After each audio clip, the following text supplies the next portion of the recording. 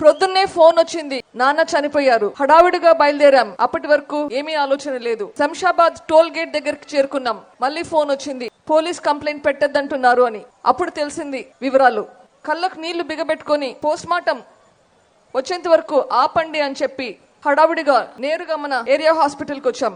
అక్కడ చూసిన దృశ్యం మర్చిపోలేం. ఎముకలు బయటకు వస్తున్నాయి, దాని లోపల నుంచి మెదడు బయటకు వస్తుంది. ఏమైంది, ఎందుకు ఇలా జరిగింది అర్థం కాలేదు. రాత్రింబవులు ఆ తర్వాత పోలీసులు వస్తున్నారు, పోతున్నారు, క్వశ్చన్స్ అడుగుతున్నారు. ఆ రోజు సాయంత్రం ఒక బంధువులు అడిగారు, దాదాపు 11 గంటలకు అనుకుంటా, ఎక్కడ పోతున్నావు, ఎక్కడ ఉండబోతున్నావు అని. నాకు అర్థం కాలేదు ఎందుకు అడిగారు. ఇదే కదా ఇంట్లో ఇక్కడే ఉంటాను అని. కూతురు కదా ఇక్కడ ఉండకూడదు అన్నారు. నాదొకే మాట, కూతురైనా కొడుకైనా నేనే.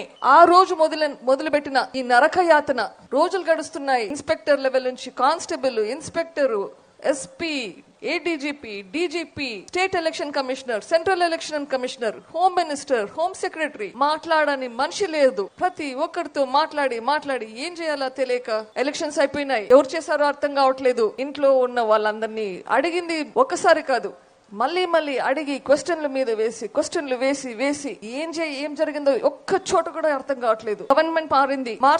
మే 30వ తారీఖు కొత్త చీఫ్ మినిస్టర్ గా వైఎస్ జగన్మోహన్ రెడ్డి ప్రమాణ స్వీకారం చేశాడు. తర్వాత ఆయనను పోయి కలిశాను, ఇది సిబిఐకి పెడితే బెటర్ కదా అని. లేదమ్మా, చిన్నానని చెప్పింది ఎవరో, నేను కనుక్కోకుంటే ఎట్లా, చీఫ్ మినిస్టర్ గా ఉండి నాకు అవమానం కదా అంటే నమ్మిన, మనసా వాచా నమ్మిన. తర్వాత నెల రోజులు కానీ తెలియలేదు. అప్పుడు తెలిసింది కొంచెం మన వాళ్ళే చేసుండొచ్చు అని. అప్పటికీ ప్రయత్నిస్తున్నాను మాట్లాడడానికి, చేయడానికి, కరెక్ట్ గా పోతుంది డైరెక్షన్ ఇన్వెస్టిగేషన్ అని. మళ్ళీ అన్నా అనుకున్న జగన్ అన్నను కలిసిన, ఇప్పటికైనా ఇది సిబిఐకి ఇస్తే మనకు అందరికీ మంచిది అని ప్రాధేయపడ్డా. లేదే, ఇది సిబిఐకి పోతే అవినాష్ బీజేపీకి పోతాడంటారు, ఇది 12వ కేసు అవుతాదంటారు. ఈ కాలంలో ఎప్పుడు షర్మిలను కలిసినా ఏమవుతుంది అని అడుగుతుంది. ఇట్లాంటి పరిస్థితి, నేను సిబిఐకి పోతే ఇప్పుడు అన్నకు మంచి పేరు కాదు అని నేనంటాను. తను మాత్రం నాకు ఎప్పుడు ధైర్యంగా న్యాయం జరగాలి. మా వివేకం చిన్నానను ఎవరు చంపారో, ఎవరు చంపించారో ఆయనకు, ఆ దేవుడికి, ఈ జిల్లా ప్రజలందరికీ కూడా తెలుసు ఏం జరిగింది అన్నది.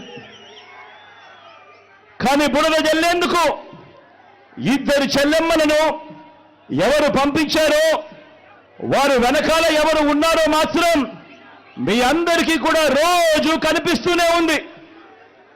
ఇంకా ఆశ్చర్యం ఏమిటో తెలుసా, వివేకం చిన్నారను అతి దారుణంగా చంపి, అవును నేనే చంపాను అని అతి హేయంగా బహిరంగంగా చెప్పుకుంటూ తిరుగుతున్న హంతకుడికి మద్దతు ఇస్తున్నది ఎవరు? మీరే రోజు చూస్తున్నారు కదా అని అడుగుతా ఉన్నాను.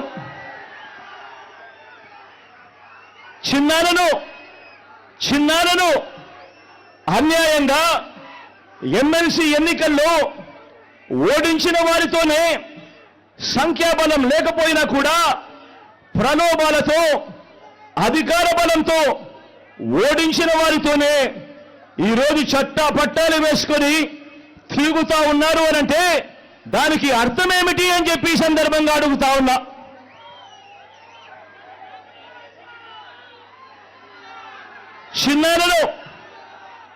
చిన్నానకు రెండో భార్య ఉన్న మాట వాస్తవం అవునా కాదా?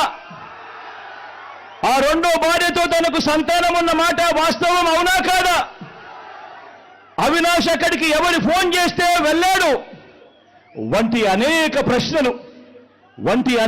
ప్రశ్నలు అవినాష్ తన అనేక ఇంటర్వ్యూస్లో, తన ప్రెస్ కాన్ఫరెన్స్లో తాను లేవనెత్తిన ప్రశ్నలు సహేతుకమే కదా అని చెప్పి ఎవరైనా అవినాష్ వైపు ఎవరైనా మాట్లాడితే చాలు వెంటనే వారి మీద కూడా అడ్డగోలు ఆరోపణలు చేస్తూ కుట్ర రాజకీయాలు చేస్తా ఉండడం ధర్మమేనా అని చెప్పి ఈ సందర్భంగా ప్రతి ఒక్కరిని కూడా అడుగుతా ఉన్నా. ఆలోచన చేయమని చెప్పి ప్రతి ఒక్కరిని కూడా అడుగుతా ఉన్నా.